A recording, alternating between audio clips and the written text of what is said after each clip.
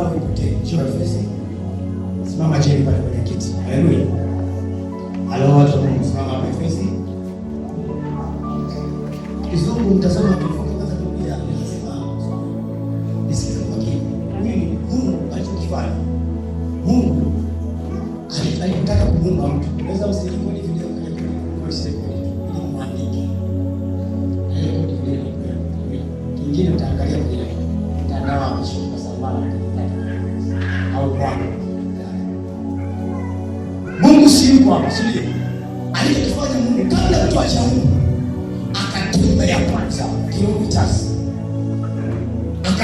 kwanza kilomita akafika hapa mwisho. Amina. Ndipo pale mimi nasema na utangaza mwisho mwanzo. Maana nini? Mungu ameshafika mwisho. Alafu anakuja mwanzo. Anasema sikiliza, nimeshajua mwisho mmoja. Na mtaka mtu wa namna gani hapa? Naongea na wafanyakazi, amen. Inatolewa kwanza nafasi ya kazi. Nataka daktari specialist wa magonjwa kina mama. Nafasi ikishatolewa ndio anatafutwa nani? Mtu. Atafuti mtu ndio itafuta nafasi.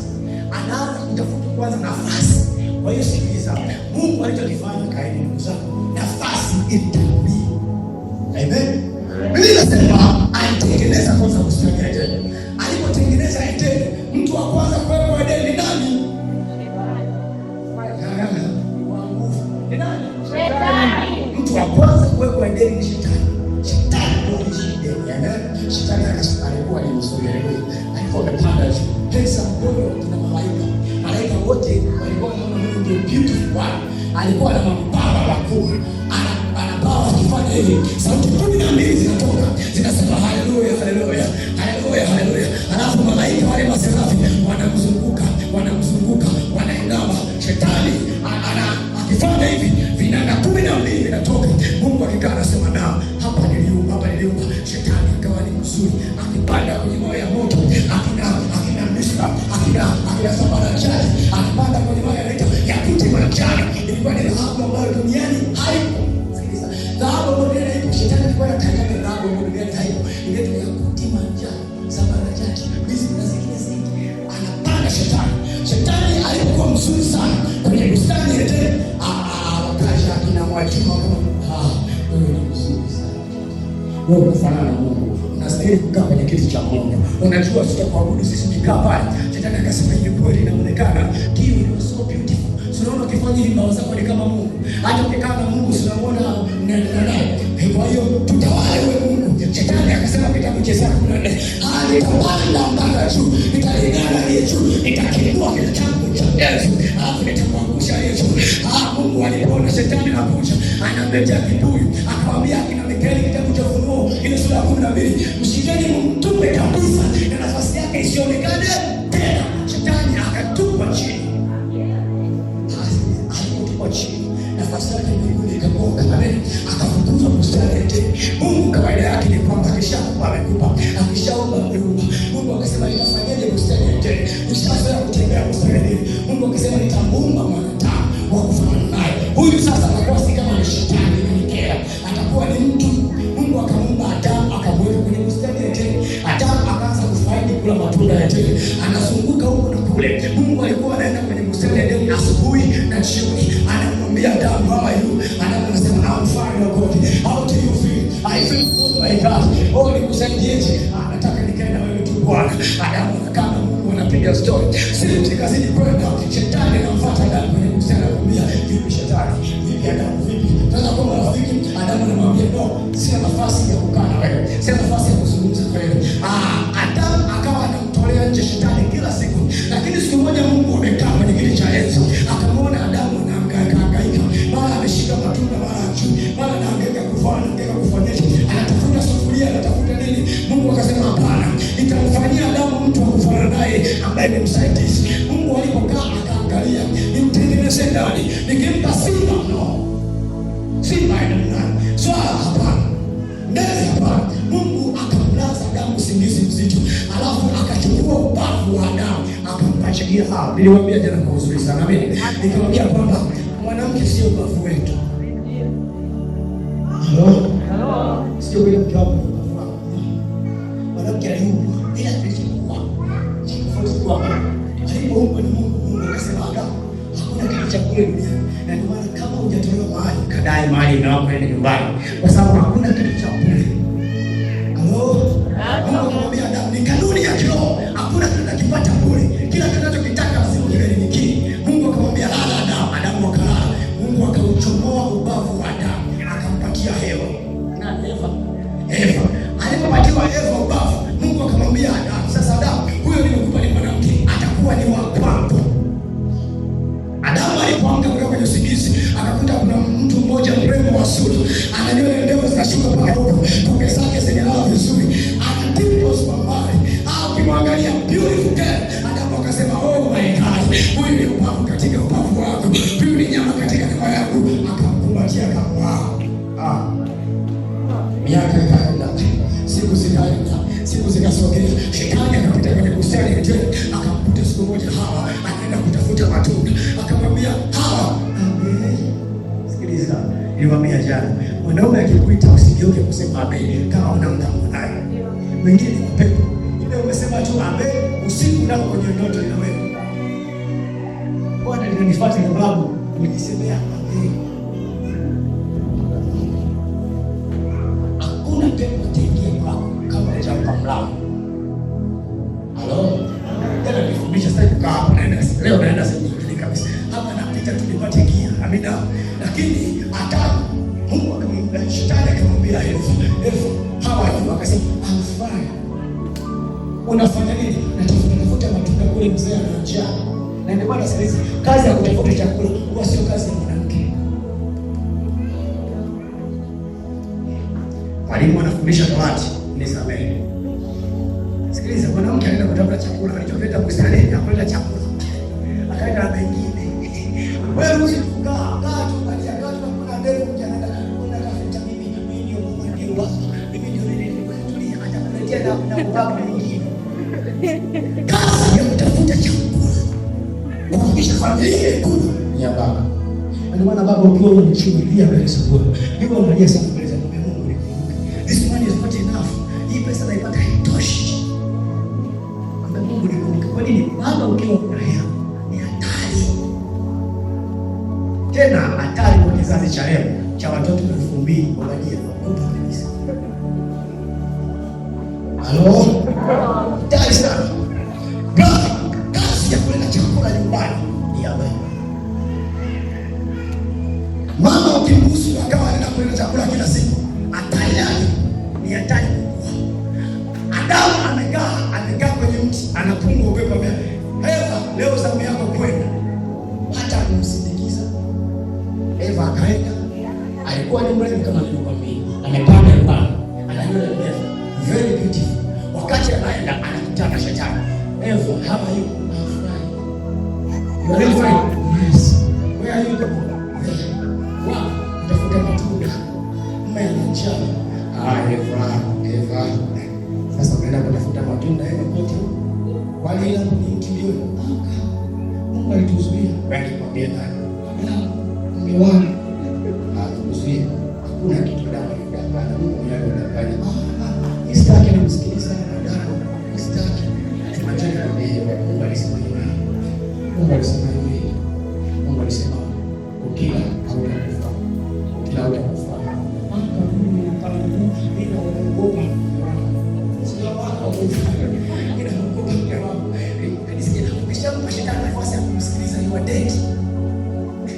Yaani Shetani haitaki vitu vingi. Wewe ukiwa umecheza one chance. Eva alipo nafasi moja tu. Sema kabisa sasa hivi hapana. Sio kuonesha. Ukila hivi tu utakuwa mzuri kwanza. Utakuwa na akili nyingi. Utafanana na Mungu utani. Unataka kula kweli. Afu vizuri wewe. Umefanyaje sasa? Umefanyaje? Ngoge vichoto. Mchungaji akiniona pale njana. Wewe. Nisifanye kitu. Sifanye kitu Biblia. Wewe. Goli zima anapita hapa. Sasa naingia mara moja tu sawa.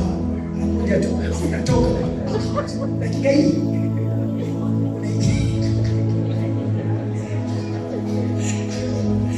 akaingia dakika moja.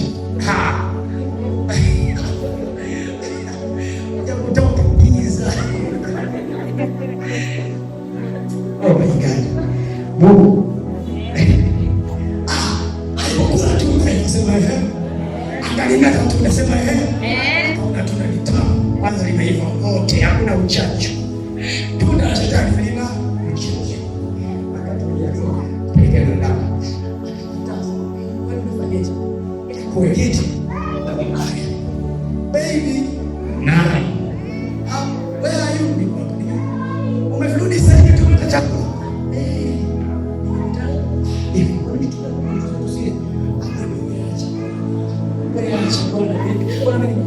chochote ni uoga wetu tu baby, tunaangalia kutoka chakula kule kote kule wakati tunaliko katikati.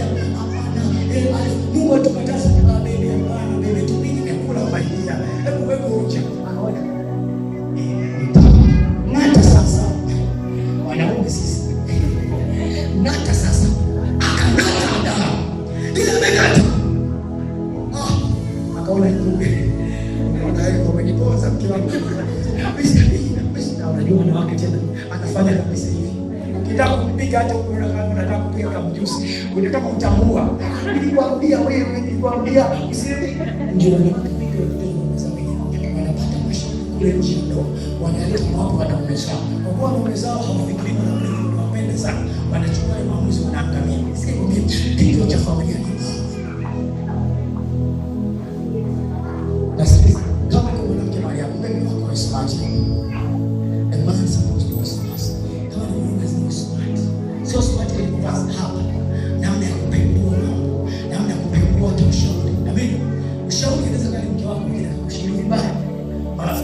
Kushauri watu wangapi wanataka kushauri kwa rafiki sana wengi sana. Leo nikamwambia siku moja rafiki yangu mmoja akasema muombe mume wako.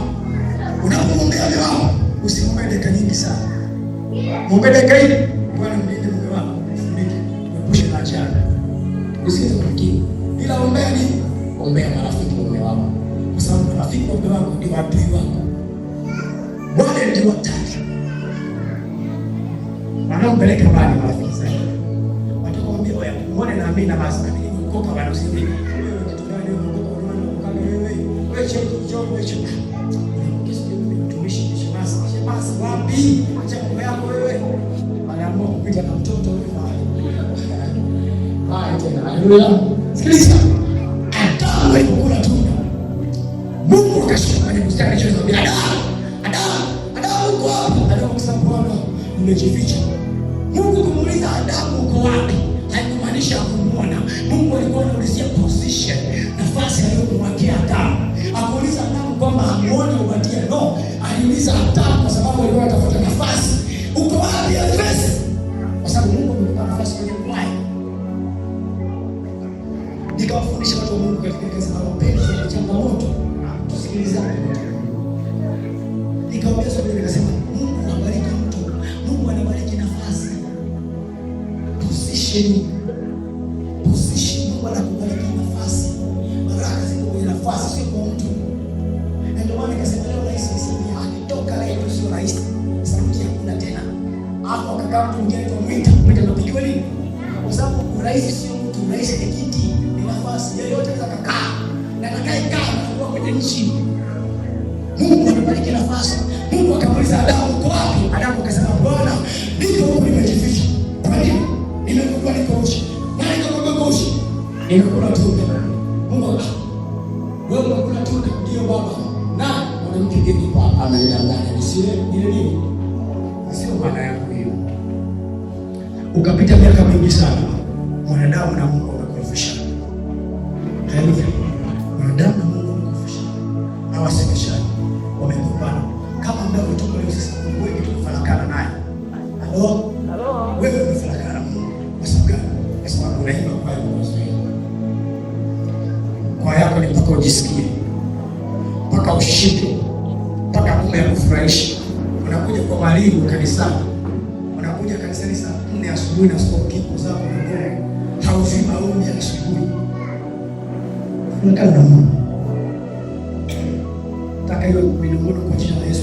Tulia na mwanao, nionyeshe kuizika. Halo? Unafarakana na nafasi aliyokupa hautendei kazi. Mungu amekupa kipawa unajua kuimba vizuri sana. Shida yako uko busy sana na biashara yako. Unapenda biashara kwa kumpenda Mungu. Kwa sababu ufanye biashara sio watu wanaenda mbinguni. Tunaenda mbinguni ndio kwanza. Waliofua mavazi yako ndio. Waliotakasiwa watakasika kwa kweli. Wanafanya kazi nzuri kwa moyo. Kwa moyo kwa moyo. Wewe unasema basta. Sio. Kisha kanisani hapa. Ndio kuangalia sana. Huko bado hapa ibada imeshaanza kuosha. Kwa hiyo imeshaanza kupiga ndio unakuja.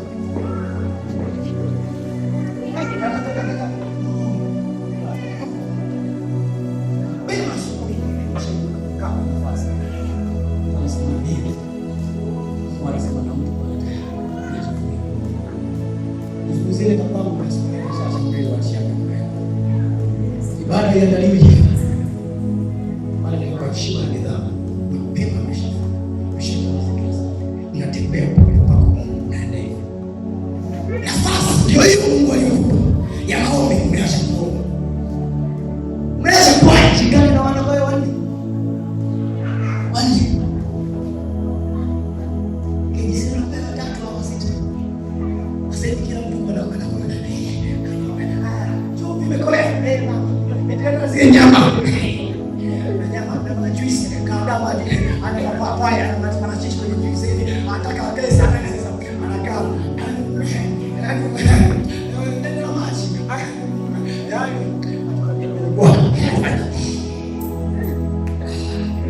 umeshiba sasa. Haya umeshashiba sasa. Haya umeshiba sasa. Kinafuata kitu gani? Hello? Umeshiba sasa. Umeshiba. Unafuata kitu gani bali? Hayo umeshakula sasa. Chia. Hayo wanyama vipi? Umeshaanza sasa. Wewe badani umekula sasa kitu moto haya. Waliana leo. Hayo umeshakula sasa baba. Haya tunafuata nini sasa? Kwenda kwanza kutembea. Nichomee CD za sizo.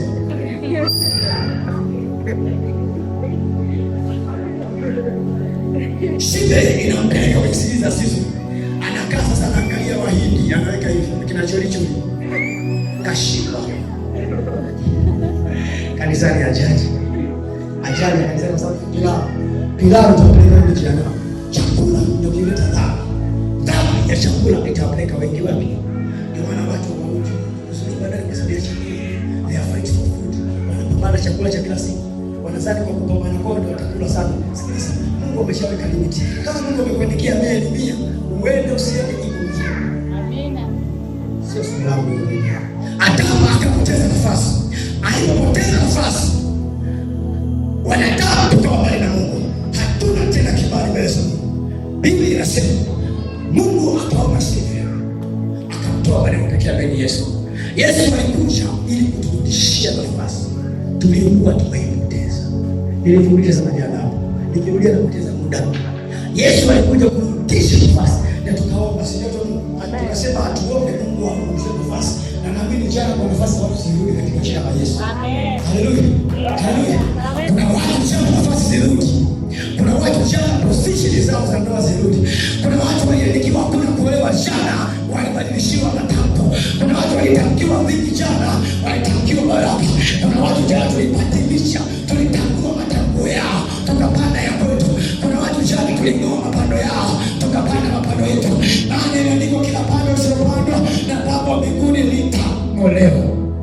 Kitabu cha Luka sura ya kwanza. Twende kwa sura ya kwanza. Aya funua kitabu cha Kizungu. Twende sasa. Luka. Iliwaidi.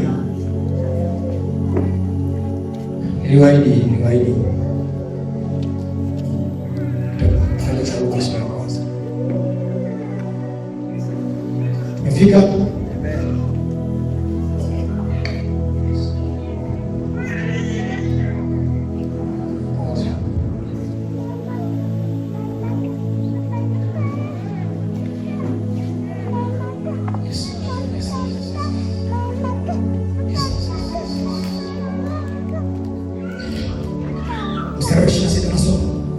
Halo. 1:26. Mwezi wa 6 malaika Gabrieli alitumwa na Mungu kwenda mpaka mji wa Galilaya, jina lake Nazareti, kwa mama bikira aliyekuwa amepaswa na mtu jina lake Yusufu wa mbari ya Daudi, na jina lake bikira huyo ni Mariamu. Akaingia nyumbani kwake akasema, salamu uliyepewa neema, Bwana yu nawe. Nimetakiza kwa watu. Hebu shika hiyo. Utaki ustaki utashika. Shika. Hebu sema salamu uliyepewa neema. Mwezi wa 6. Akasema mwezi wa 6. Mwezi wa 6. Mwezi wa 6. Mwezi wa 6. Salamu uliyepewa neema. Salamu uliyepewa neema. Tunaanzia sikiliza. Halo kanisa. Halo kanisa. Sikiliza mtu wa Mungu. Kila neema, sema kila neema ina majina. Kila neema sasa ina majina. Kila neema ina majina. Mungu ameandika neema kwa kila majina. Anasemaje Mhubiri 3? Kwa kila jambo kuna wakati wake na kila kusudi chini ya nini? Nimesikia anasema kwa kila jambo na majina yake. Hapana, sio hivyo. Kuna mstari. Kwa kila jambo kuna wakati wake na majina kwa kila kusudi. Kwa kila jambo kuna wakati wake na majina kwa kila kusudi. Sikiliza. Majina ya mwezi wa 6 ilikuwa ni neema kwa Mariamu. Malaika Gabrieli akatumwa kwenda kwa Mariamu kwenda kufikisha ujumbe. Niliwafikisha kazi moja nikasema, malaika Gabrieli akufanya hivi. Salamu uliyepewa neema Mariamu, Mariamu, Mariamu, Bwana yu nawe. Umebarikiwa. Hizo ni movie. Hizo ni movie. Nisikie tu. Wakati Mariamu ameenda sokoni, kuchota maji sema Sikiza, wakati Mariamu anaenda kuchota maji sema ana mtungi wake Mariamu sema yuko anatembea ametoka kuchota maji ndani nyumbani. Msiani Mariamu akakutana jamaa mmoja. Amen. Sema jamaa mmoja. Sema jamaa mmoja. Akamwambia Mariamu, salamu. Akasema, uliyepewa neema, Bwana yu nawe. Nisikie kwa makini. Majira yangu yakifika, Bwana atatuma mtu kumletea salamu. Nisikie kwa makini. Majira yangu yakifika, Bwana atatuma mtu kumletea salamu. Mama uliyepata neema. Kuna watu kwenye maisha yao kelele za salamu zimeshatoka. Kuna watu kwenye maisha yao kelele za amani zimeshatoka. Wanatamani kusikia leo afanye kutoka kwa Bwana, lakini imekoma. Katika jina la Yesu kama Bwana heshima. Leo unaanza kupokea salamu. Salamu mpya za maisha yako. Salamu mpya kwenye maisha yako. Sijui naongea na watu waliofanya mahali hapa. Ninaamuru katika jina la Yesu Kristo. Zile salamu ambazo wachawi walizifunga, leo naziamuru zije kwenye maisha yako. Katika jina la Yesu. Sikiliza. Ziko habari njema za kazi wachawi walizizuia. Leo naziachilia zije kwenye maisha yako. Katika jina la Yesu Kristo. Uko mipango mizuri Mungu amepanga. Wachawi wakaizuia. Ukoo wako ukazuia. Tabia ikazuia. Leo kwa jina la Yesu ninaamuru kila aina ya taarifa njema zije kwenye maisha yako. Unaelewa vizuri sikiliza. Kuna wakati watu wanazuia taarifa njema kwenye maisha yako. Unapenda nikwambie kitu kimoja? Ilikuwa upate kazi. Mtu akasema nataka nimwachie Peter. Kwa Peter wewe hospitali, unaenda hospitali. Nataka nimwachie Peter. Amen. Mtu mmoja akasema hapana. Peter ni msumbufu sana. Usimwachie. Nataka nimemtaje kwa Kiboda. Mtu mmoja akatokea akasema hapana. Kwa Kiboda na kashughulani. Usimemtaje. Nataka nipeleke shule. Mtu mmoja akasema hana akili, hawezi kufaulu. Kuna watu Mungu aliwaandalia sana kwenye maisha yao. Adui kaja kazizima salamu kwenye maisha yao. Ninaamuru kwa jina la Yesu Kristo, kama salamu yako ilizimwa, leo nairejesha tena. Haijalishi imekaa miaka mingapi, chochote ambacho kilifunikwa, leo nakifungua tena. Leo nakifungua tena. Neema iliyofichwa, leo naifichua tena. Nafichua kwa jina la Yesu. Sema fichua. Sema fichua. Sema fichua. Kila kilichofichwa na kifichwa kwa jina la Yesu. Naongea na watu ambao wamefichwa hatima zao. Hatima zao zimefichwa. Yuko mwanaume mmoja atakiwa aje akupe salamu hapo alipata neema, lakini amefichwa amekamatwa, anashindwa kuokoka. Lipa baba saikara. Lipa masaika. ninaamuru kwa jina la Yesu, yule mwanaume aliyeshikwa kwa ajili yako anaachiliwa. Sema achilia. Ninahubiri, unaomba kwa tuende pamoja. Nikimaliza hapa kuna maombi. Akaja akasema, salamu Maria, uliyepata neno, Bwana yu nawe, umebarikiwa kuliko wanawake. Maria akasema, salamu Maria, maana sijawahi kuiona. Sasa nikwambia kitu kimoja. Kuna watu wakuletea salamu mwaka 2026 hawajawahi kuiona. Nakutabiria mimi sina mengi, lakini nakutabiria kuna watu wanaleta salamu 26 ambayo watu hawajawahi kuiona. Kuna watu wanapewa salamu, wataambiwa salamu mama, uliyepata neema, uliyepata kibali. Nini maana ya neema? Neema ni upendeleo. Katikati ya watu wengi wanachaguliwa ni Bwana. Ikarama zaidi. Watu wanapata neema Maria. Watu wanaenda mahali pengine katika jina la Yesu Kristo. Sikiliza. Umezima kelele za harusi na nyumba yenu. Na ndio maana hakuna aliyeolewa kwa ndoa kwenye nyumba yako. Wamezima kelele za furaha. Wamesema hakutakuwa na furaha. Hakuna mtu kusema salamu. Watoto ni wengi leo na hakuna hata mmoja anayemshauri kuleta mahali. Hello. Hakuna hata mshenga anayekuja kusema salamu. Kwa jina la Yesu natamka leo, salamu mwaka 2026 zikakusaidia kwenye maisha yako, zikakusaidia kwenye biashara yako, zikakusaidia kwenye mitaji. Hata mimi natamka mwaka 2026 salamu zikanisaidia. Nitaenda viwango ambavyo sikuwahi kwenda, nitapanda mahali sikuwahi kupanda, nitafanya ambacho sikuwahi kufanya, maana Bwana akiwa upande wetu, nani aliye juu yetu? Asikilize, umeisima salamu. Mimi naiamisha salamu katika jina la Yesu. Ndio maana ya kuzaliwa kwa Yesu. Wale waliosemiwa salamu, waliosemiwa salamu, hakuna kusemesha, bali ni giza. Leo natangaza kwa jina la Yesu. Hata kama walienda usiku wa manane wakakuzungushia giza, leo natamka kwa jina la Yesu. Naachilia nuru, naachilia nuru ya Bwana, naachilia nuru kwa jina la Yesu. Akafadhaika. 29 akafadhaika sana kwa ajili ya maneno yako. Akawaza moyoni, salamu hii inatumika. Malaika akamwambia, usiogope Maria, kwa maana umepata neema mbele za Bwana. Sema, nimepata neema mbele za Bwana. Sijasikia mtu aliye. Sema, nimepata neema mbele za Bwana. Unaichukua neema uliyopata leo? Ni ipi? Neema uliyopata leo hii. Bwana amenipa. Nakwambia itakapofika muda wa mwisho baadaye yako mambo kwenye maisha yako yalikuwa yamefungwa, tunayafungua kwa jina la Yesu Kristo. Kwa sababu Bwana alikuja kuturejeshea kutupoteza. Chochote ambacho kimepotea kwenye maisha yako kinakwenda kurudi. Haijalishi na miaka mingapi umepoteza kwa muda mingapi. Haijalishi inachukua muda kiasi gani. Haijalishi ni gharama kiasi gani. Bwana akisema ndio, hakuna kusema hapana. Hata kama chama ina milioni, Bwana akisema ndio, hakuna kusema hapana. Hata kama wazazi walisimama wakasema utaenda, Bwana akisema leo ndio, hakuna atakayezuia. Hata kama mabibi walikaa wakasema atafanikiwa, Yesu akisema ndio, hakuna atakayesimama. Naona watu wakisimama kwa jina la Yesu, watu wakienda ondoka kwa jina la Yesu. Sikia nikwambie, Bwana alikuwa mwana yangu hivi. Sikiliza, Biblia inasema, oh my God, oh my God, oh my God, oh my God. Jisikie mimi. Sikia nguvu za Bwana. Nataka watu leo watoke mahali hapa wakiwa wamefunguliwa. Nataka Krismasi iwe tofauti kabisa. Ukawasimbeni ndugu zako kasema kweli, leo nimemwona Bwana.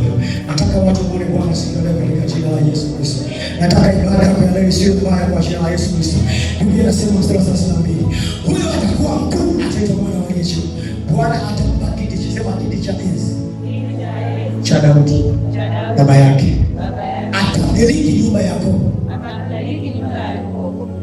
Nishia Bwana nisikie. Halo? Unasinzia? Unasinzia? Hapo tabasamu kidogo. Kuna watu nyumbani haujaomba hivi usijifanye kama unaomba hivi. Unaomba unasema tabasamu. Kwa hiyo ndio Mungu yumekaa hivi. Kuna watu kwenye maisha yao kusema wamenikiwa hakuna kumiliki. Hakuna kumiliki. Nyumba ya Mungu ikiwa kumiliki yako. Wamenikiwa hakuna kumiliki.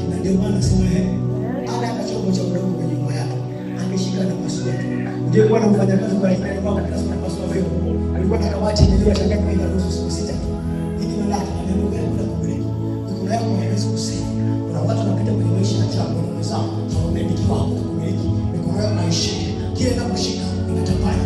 Kuna watu wameandikiwa na kuketishwa. Jana ni waketisha watu na hakuna kuketishwa. Oh, hata masuala sasa. Kuna watu wanajua kuna kuketi. Hakuna kuketi. Hata keti kwenye maisha ya kuhangaika. Kuna watu wameandikiwa kuhangaika, wameenda mpaka kila wamekufunga, hakuna kuhangaika, wameshuka mpaka kwenye maziwa chini kabisa, kwamba utakuwa na kuhangaika, wamekunyima kiti cha mafanikio.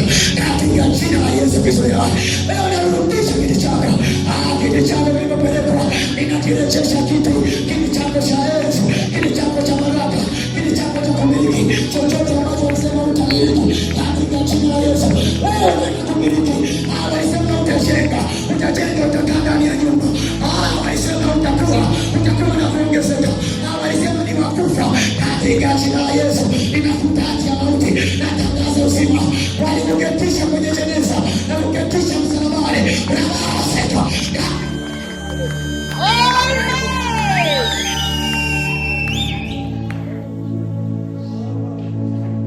walikuketisha kwenye jeneza. Mauti inalia, mauti inalia. Rika kata wa masaka, ya dawa ya masaka, rika kata wa masaka. Hiyo mauti walioiketisha juu yako haitafanikiwa katika jina la Yesu. Haitawezekana mahali ambapo mahali hapa. Kama Bwana aishivyo, atakuwa wapi adui zako. Kama Bwana aishivyo, atakuwa gongo lako, atakuwa fimbo lako, katika jina la Yesu Kristo. Sema yangu pia. Mariamu akamwambia malaika, nitakuwa neno hili.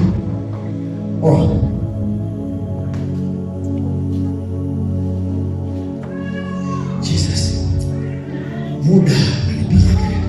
Mariamu akamwambia malaika, nitakuwa neno hili, maana mimi sijui.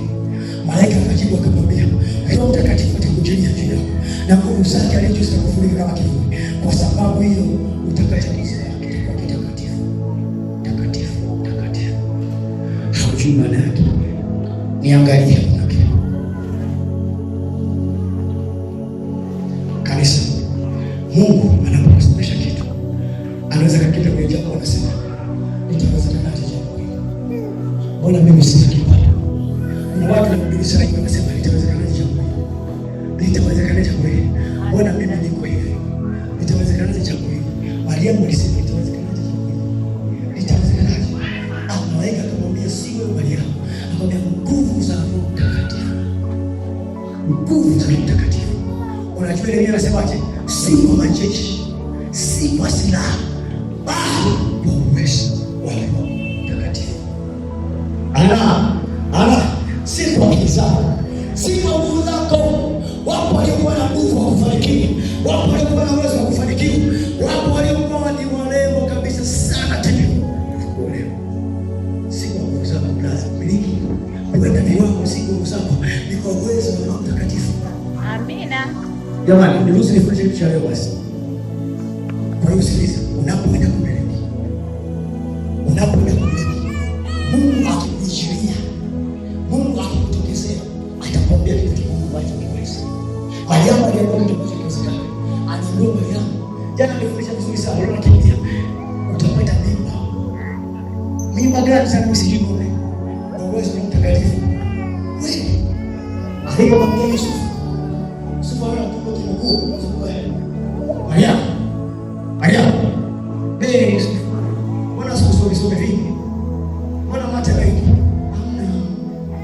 Sema jifunika kwa mwili kubwa.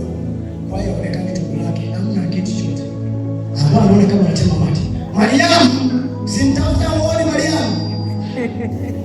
Sasa mtafika. Mara akatoka na mama kipapo na neema. Mariamu Jones. Mariamu, kumbe una mimba mwanamke. Umenificha. Naenda kuhudumia.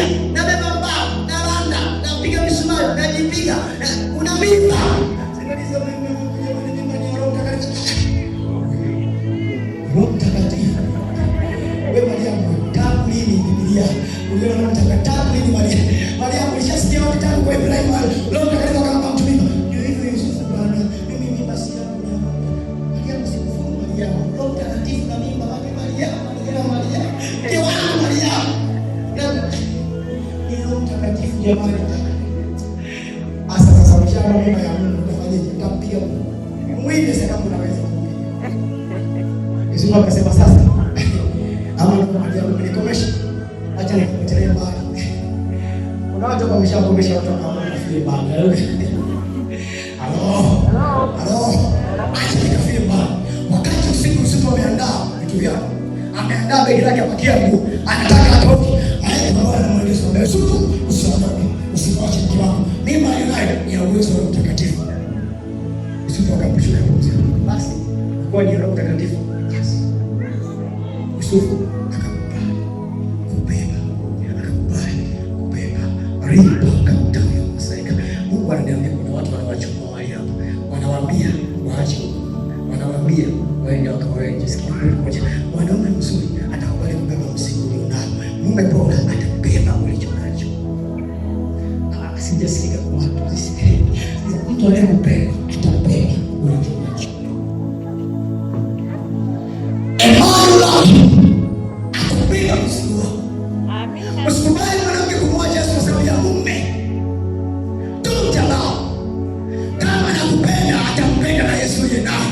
Kama anakujali atamjali na Yesu yeye naye. Kama anakujali atajali na huduma ulionayo. Asicheleweka. Kama mume anakupenda ataipenda madhabahu. Kama mume anakupenda ataipenda huduma. Vyote vinaenda sambamba. Oh my God. Oh my God.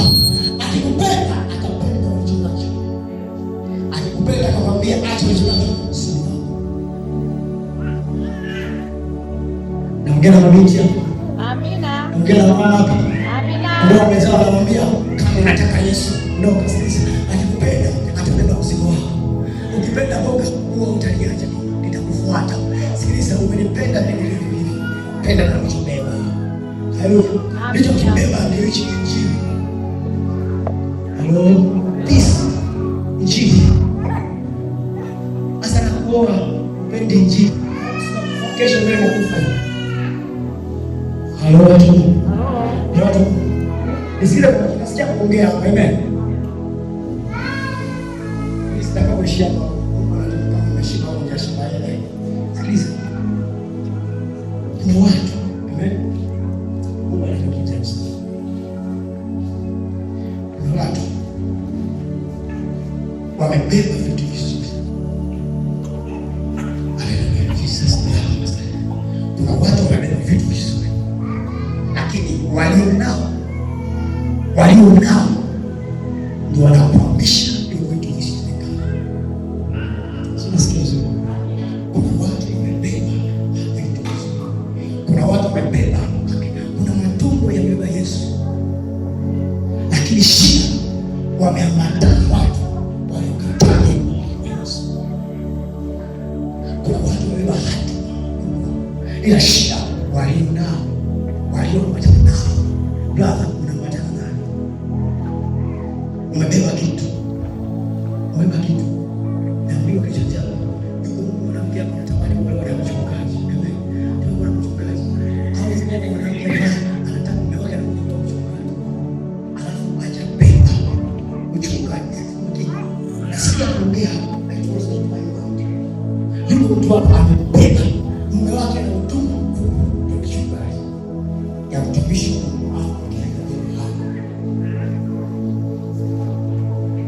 sikiliza huduma itakapoanza. Sikiliza huduma itakapoanza. Kuna watu wamebeba vitu vizuri hapa na vitu vizuri. Shida wameambatana. Listen to me my dear friends. Usikubali kuambatana na mtu ambaye yuko kinyume na unachobeba. Yusufu alipojua Mariamu ana mimba alikimbia. Roho Mtakatifu alipomsaidia alikaa. Akalea mimba sio mbaya kwake. Rika akatara masaida. Tunataka wanaume ambao wataoa binti kanisani, watalea mimba za utumwa ambazo si za kwao. Tunajua wanaume sio waimbaji, lakini mke aliyemuoa ni mwanakwaya, ataibeba huduma ya kwaya kama ya kwake. Tunajua wanaume sio waimbaji. kama ya kwake. Hiyo ndio inamaanisha. Halo, aliyekuoa sema amebeba mchungaji.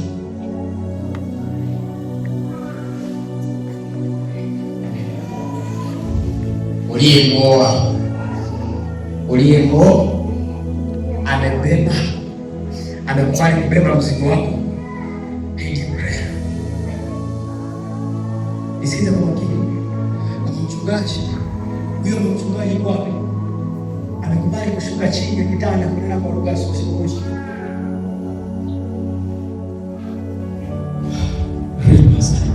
Huyo mwanaume ambaye ameoa mchungaji amekubali kuna peke yake siku moja, mama yuko karibu kule anaimba. Mama anaunganisha mikutano kwa mikutano. Niko Tukuyu, niko Kenya, niko Geita baba, niko Kenya baba. Leo niko Sumbawanga baba. Mama mikutano, huyo mwanaume uliye naye anakubali kuunganisha mikutano. Mimi nasikia kidogo. Nasikia. Katibu nasikia. Huyo mwanaume uliye naye, wewe si mbaji, anakuwa mgala. Baba mkubali kubeba. Sikiza, uimbaji ukichanganya ni hatari. Maana kuna superstar kwenye Mungu. Watafuta waimbaji kama wale kusudi. Mimi sinasema na Mungu Baba. Nasema kitu cha kweli cha Mungu. Kwa nini? Kwa sababu sikiliza, hakuna mwanaume mwenye goals. Hiyo mwanaume kubali mke anaongelesha mkutano. Niko Kenya, Tukuyu, Masasi, niko Mwanza Geita, niko vijiji baba. Naenda Ulaya baba. Mama amekaa tu kitandani kulia. Mwezi wa kwanza. Who are you?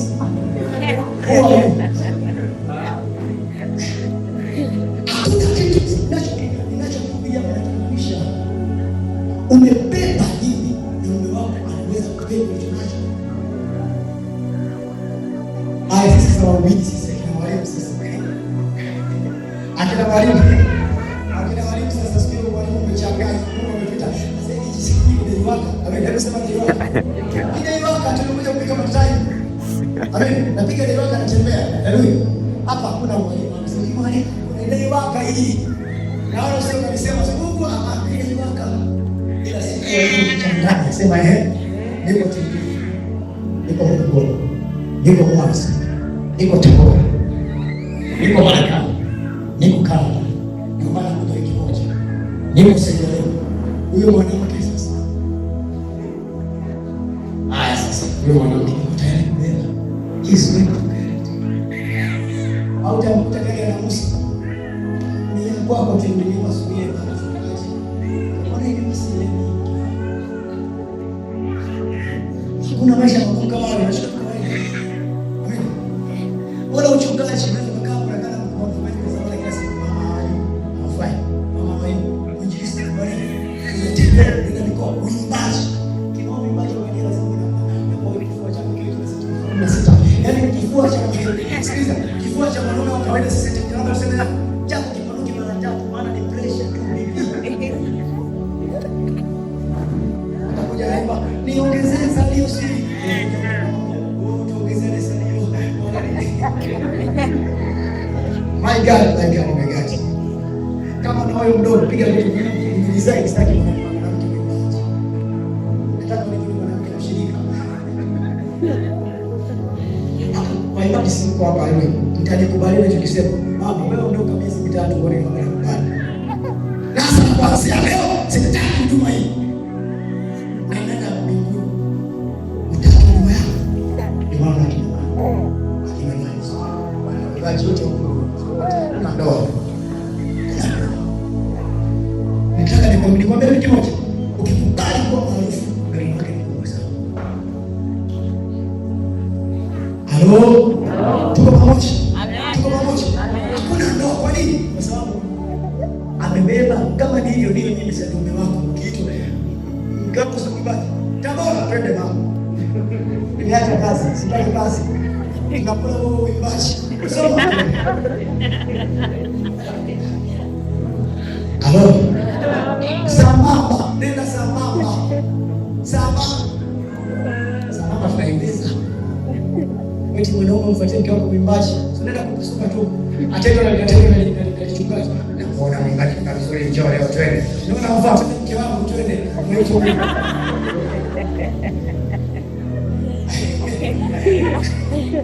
Eti. Anaimba vizuri Efesi ya Makoroni. Mwimbaji mkuu ni Bishop na huko naambia Bishop Mungu mzuri sana. Twende hoteli leo. Tukale vizuri kabisa. Na wewe sasa kwa sababu mimi baba niko Halo. Inawezekana hiyo? Halo. Ni rahisi kwa mwanaume kusema siwezi kwenda kwa yangu.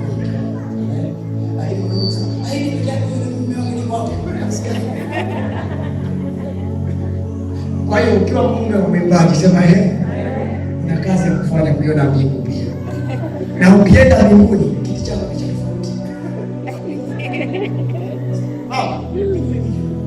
Ukienda mbinguni mtu maarufu ukienda mbinguni kiti chako ni cha tofauti. Na Yesu anakuangalia kwa jicho la mbinguni. Halo. Waimbaji, mama akatoka mbinguni. Yesu mwenyewe akamshangaza. Fulo, unakuja. Wallahi na mimi siamini Yesu. Lakini sikiliza waimbaji utenda mbinguni. Amen. Nasema heri ni moyo safi. Waliotamia, walikataa dhambi, wanakubali kutembea na Bwana hatua kwa hatua. Hatua zako zikiongozwa na Bwana. Bwana sikiliza, hatua zako zikiongozwa na Bwana. Hakuna shida. Hakuna shida. Nani yuko tayari hatua zake ziongozwe na Bwana? Sema tu amina nyosha mkono juu. Halo. Tayari. Hatua zake zikiongozwa na Bwana. Tunafika tunataka kufika. Ndoa ambayo hatua zikiongozwa na Bwana tunafika. Na ndio maana nasema hivi, kama yuko mwanaume njoo yuko mwanaume atamu kwa nyumba yako. Lazima umwambie Adamu sinajua. Sauti yangu sinaijua. Hii ndio kitu changu. Lazima kabla hujanipenda mimi heshimu kwanza Yesu. Bila kuimba hakuna kitu. Sifurahi chochote. Adamu akishajua kilabu joy ni kubachi. Anaweka discipline. Joy ni saa 6 mazoezi kuenda ndio. Panda laka kuna boda uende kwa kanisa. Kamtumikia.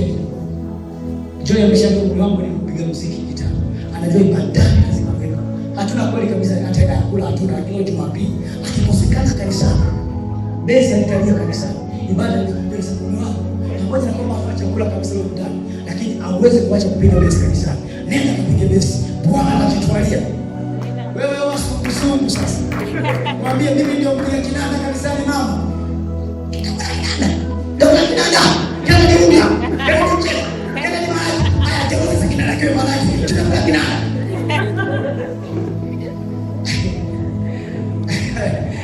Haleluya.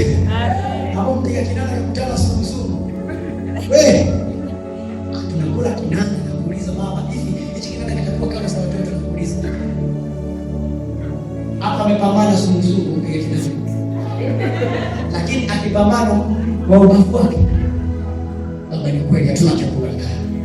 Lakini Mungu anatuhitaji sana wakati. Nenda kumtumikia. Nenda. Ni mwana kuja jamaa hapa. Ni kama vile anapiga kinanda. Kama vile anapiga kinanda na kukujika. Oh, ni mama.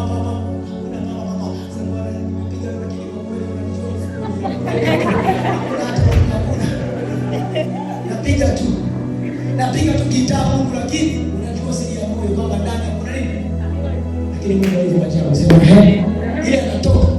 Sikiliza Mungu hapa. Wanaweza washiriki wote sikuone kabisa. Na Mungu asikumie wote ukatoka kwenda toka nyumbani. Alafu na Mungu alivyo akakuacha sikio kalala njaa. Lakini sikia kesho ikifika. Mungu ataleta kitani. Mungu akileta kitani watabaki wanashangaa. Hivi ndio ile mpiga gitaa tu. Na Mungu akileta kitani usiinuke juu. Endelea kushuka chini kinyenyekea tu. Sikiliza. Kazi zetu hizi ni nzuri sana. Maana hatuipi fedha na wanadamu. Sikiliza. Hii kazi ya kuhubiri injili ni tamu. Kwa sababu silipu na wanadamu. Analipwa na Mungu mwenyewe. Anajua anahitaji kitu gani. Hii kata malaba siku. Hii kata yata. Anajua Bwana mwenyewe. Sikiliza. Usiumie unapofanya kazi ya Mungu. Umebeba mzigo wa Mungu. Jisikie furaha kukaa nyumbani mwa Bwana. Halo. Amen. Hizi kazi ni nzuri, kazi ya kumtumikia Mungu. Litani ni kubwa. Au hizi 10,000 zitakufikisha wapi? Asitoshe. Bwana anaye malipo. Sio mimi na mwenyewe natoa jasho. Trust me, naweza nikawa sina hela lakini Mungu anajua kabisa. Wakati nasema tu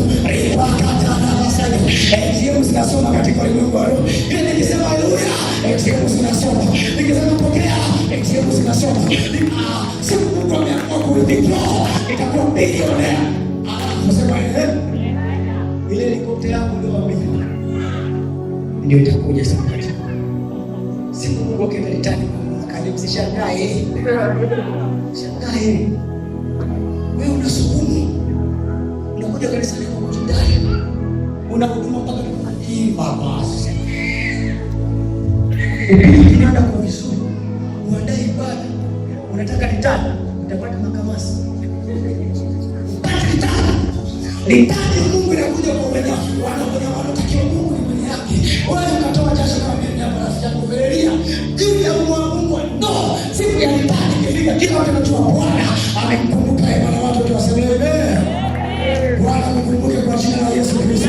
Haijalishi mapita wakati gani, Bwana mkumbuke kwa jina la Yesu. Jitihada zako si ndogo. Nani unamtafuta Bwana si mtoto. Bwana mkumbuke. Aliyelitani kwenye maisha yako. Yeye si dhuluma. Hajawahi kuiba cha mtu. Hajawahi kudhulumu mali ya mtu. Bwana mkumbuke na kurejeshe kwa jina la Yesu. Na malizia wale mtu mmoja kufunika msisomi hata. Simuone sasa ajili kula najua na mimi na njaa. Habari ya mtu mmoja, najua tena. Anaitwa Sauli. Amen. Wakati Mungu amemuumba Sauli, akasema hili jamaa lione lifu giant. Nitakuwa litumishi langu kwa Yesu Kristo. Sauli akakuwa, akasoma Torati, akajua maandiko yote, akaketi. Wakati Sauli alikuwa sema shetani akamwacha. Akambana yeye. Ndivyo ilivyo. Wewe ulikuwa ni mzuri sana. Bila shetani aliwahi kubana mwenyewe.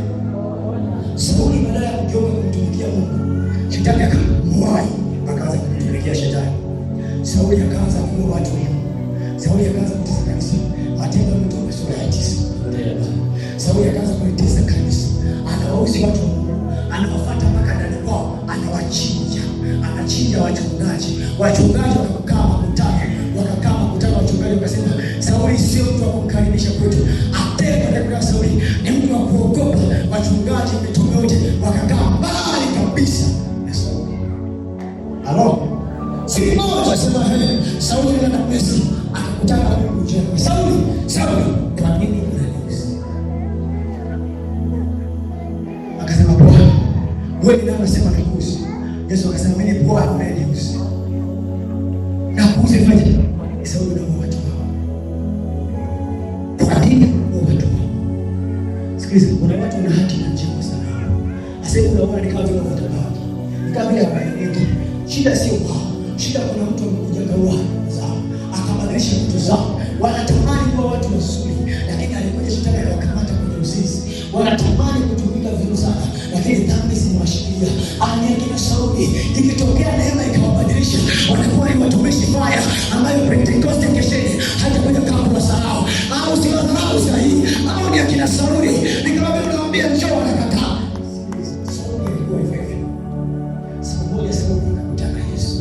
Yesu akabadilisha maisha yake. Watu wa Mungu msikize kabisa. Alipobadilisha maisha ya Sauli akageuka. Alikuwa anatumika kwa shetani, akageukia upande wa Mungu. Kuna watu wamegeuziwa watu. Watu wanatamani kutumika upande wa Mungu. Nafasi zao zinachukuliwa. Nafasi zao hazipo. Nikasema jana kwa mfano, huko na watu wanajenga nyumba ya mtu. Haya, na bado zile maswali maliza. Na nishawahi kulala hata wote wanajenga nyumba ya mtu. Analima shamba la mtu. Anaendesha gari ya mtu. Naona mnaongea. Nawafupilia tu. Sikiliza, ukiota mtoto kwa hiyo badia. Huko unaenda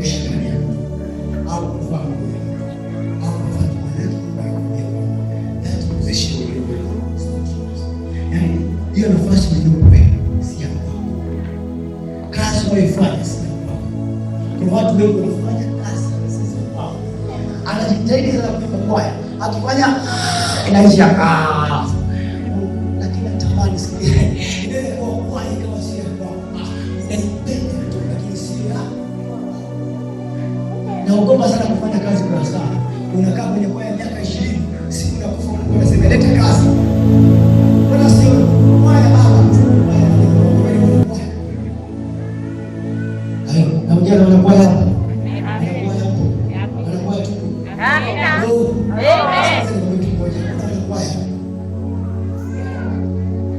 Wanakwaya ni msema sema kuna dharura. Leo ni Jumanne ya zoezi. Amina. Nataka nibebe kwa ripoti. Afu mimi ndio napambana nao. Sio atakuwa ananyosha kwa lazima wanakwaya. Kuna dharura. Jumatano. Amina. Anasema siwezi. Tuache kwenda kwa Yesu. Kwa nini? Huduma ni kama mtoto analia. Wanawake nyosha mkono. Ni nani ambaye mwanae anaweza kama analia basi wanaambia siku. Nani? Asikumbe unashikilia siku nani? Huduma ni mtoto. Huduma ni mtoto. Unapofika wakati wa kusoma unachanganyikiwa. Unasikia moto unawaka muda wa kwaya. Mwana kwaya. Unafika muda wa kwaya, anasukuliwa makucha. Au anasukuliwa. Nisuke mdenjo. Muda wa kusoma mdenjo. Mwana kwaya. Mwana kifaa sema Injilisti hawezi kukaa. Hawezi kukaa. Anatamani kila saa kuhubiri Injili. Moto unawaka sipohubiri ndio mwenye njaa anataka kula. Nani na huduma? Huduma ni mtoto inalia. Kazi ni mtoto analia. Usipofanya hauwezi kupumzika. Nani mwanamke mwenye uchumba shamba na kuchukua kwa nani? Basi kwa nini ushughulikia na kuchukua na kuchukua? Sio uchukulifu. Unaona kama unasema jana. Unaweza kumwambia Mungu hata Mungu nikitoka hapa na kujengea nyumba. Na kana kumwambia Mungu. Sio ndio kama leo unasema baba nikitoka hapa. Nalipa zaka zangu zote baba. Baba nimeiba zaka kwa muda gani ndio leo nakupa sasa. Baba nimeiba zaka kwa muda mrefu baba nilikubali baba nikasema baba.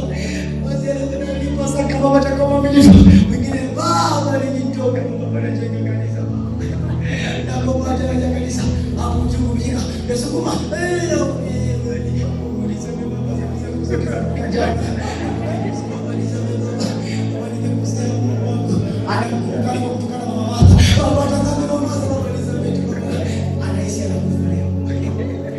hiyo ndio ile basi sinaijua neema.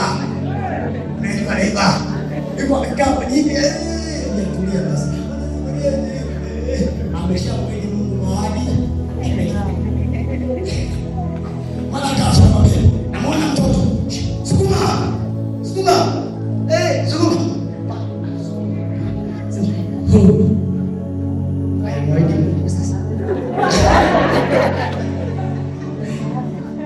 Mgaya, hebu ndio hiyo unasema.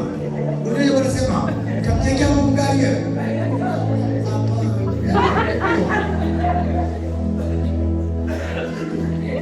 Hello. Mwingine anasema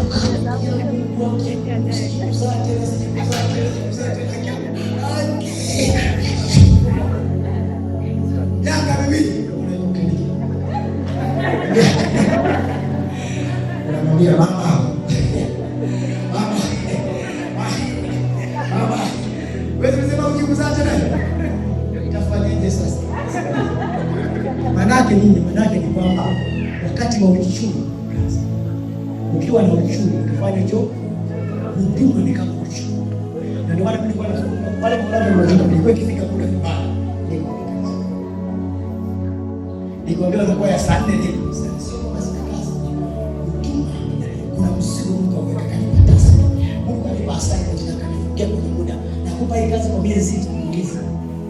Anaona kwamba wewe jinsi nataka nimalize ahadi yenu kwa ahadi ya Mungu kwa maanisha. Ili nikimaliza sasa Mungu kwenye kazi nilimaliza. Kwa sababu siku nitoka kwa Mungu nimefanya kazi ya siku 7. Kwa hiyo mechi, yani siku naondoka, Mungu kaniambia, "Perform."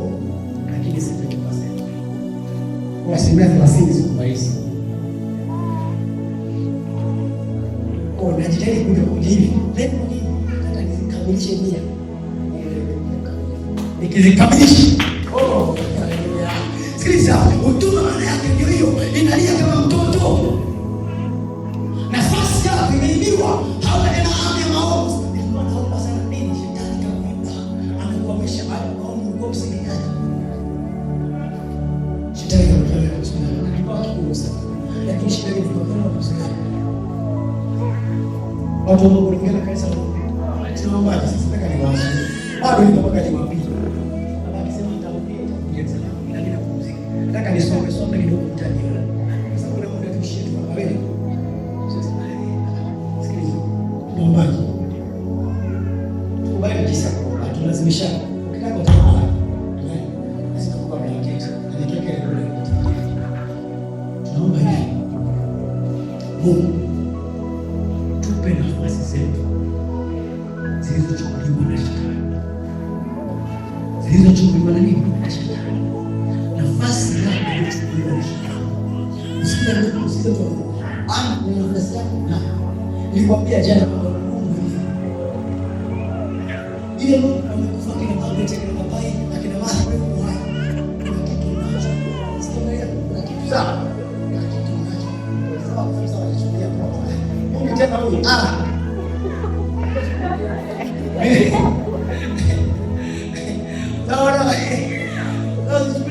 Kuna kitu unacho. Na wewe nasikiliza, kuna kitu kikubwa kwa nini unataka. Chanzo yote hapa sema ni kwamba Mungu wa dunia hii amekupofusha fikra zako. Usione Mungu. Lakini sasa wewe ndio mtumishi kwa sababu kuna neno tunataka sana. Huwezi kuelewa. Huwezi kuelewa. Wewe ndio mtu ambaye askofu na yeye kila siku anamtaka hapo. Bila sasa umepigwa vazi la Sauli. Bila tukichange kidogo kama Paulo, tunasema tumemwona Bwana. Bwana aturudishie nafasi zetu. Sasa na kwa wewe ukifanya kisimamo kwa nafasi, kama unasema ndio. Kwa nini unasema hivyo? Adamu sasa kwa nini sisi ni vyombo vyetu? Huruma sio hivyo. I know hivyo kujua. Na wewe sio hivyo pia. Kuna kiwango Mungu alikusudia ila tu anatufundisha fikra. Sababu kwa Mungu atufundishe nafasi zetu. Jambo la pili, kila kilichopotea kwenye maisha yetu tunakirejesha. Mimi nasema ile kitabu cha Isaya 12:22 lakini watu hao ni watu wengi. Wametekwa mateka.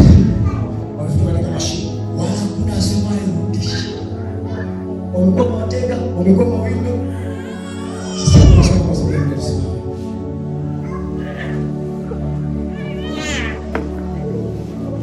Yesu anakuja kufundishia nafasi tuliyopoteza. Itasema hata utai, ingesema tofiki. Nimefanya kitu. Nataka nikwambie ile kuona kwa hivi hivi. Na watu wengi wanaenda sana. Basi dakika 10 zote tunaomba tu jamani. Basi fanya sasa. Hapana, fanya hizi vitu. Tunaombaje? Tunaomba hivi. Mungu nafasi iliyopoteza. Tumesharudisha kwa nafasi iliyopoteza. Nilifundisha jana. Ni jukumu lako Efeso kurudisha ulichokipoteza. Amina. Mungu akisharudisha kwa nafasi iliyopoteza. Ni jukumu lako wewe kurudisha ulivyopoteza.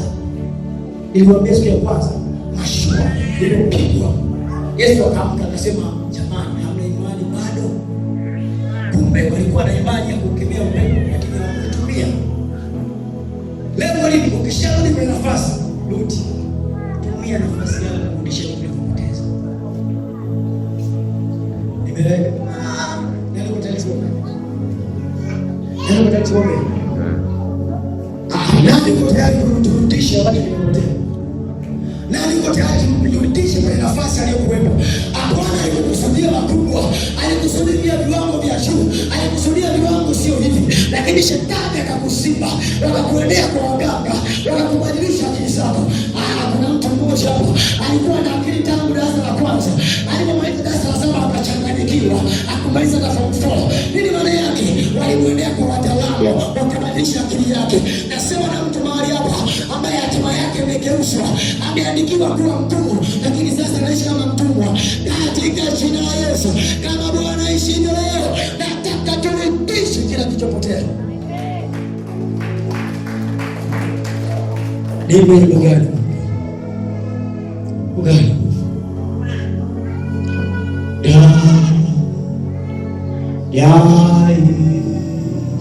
Usipige hata muziki.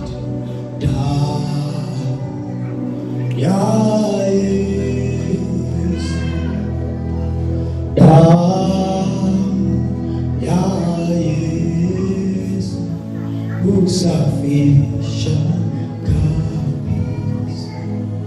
Damu ya Yesu, Yesu, damu ya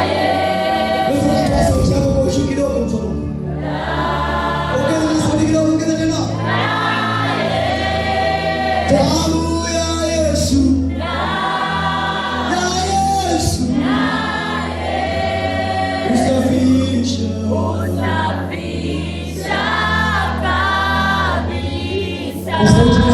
damu ya Yesu,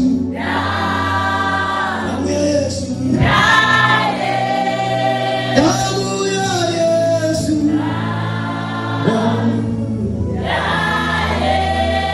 damu ya Yesu, urudisha, sema urudisha kabisa, urudisha kabisa.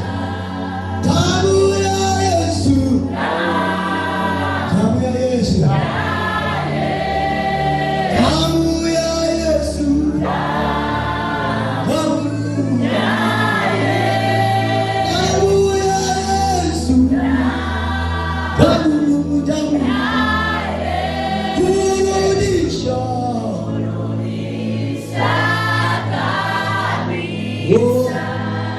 nguvu za shetani zimeshindwa.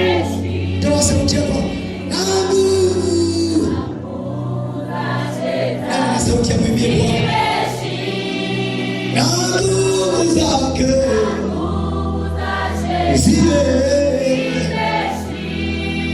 Asifiwe, asifiwe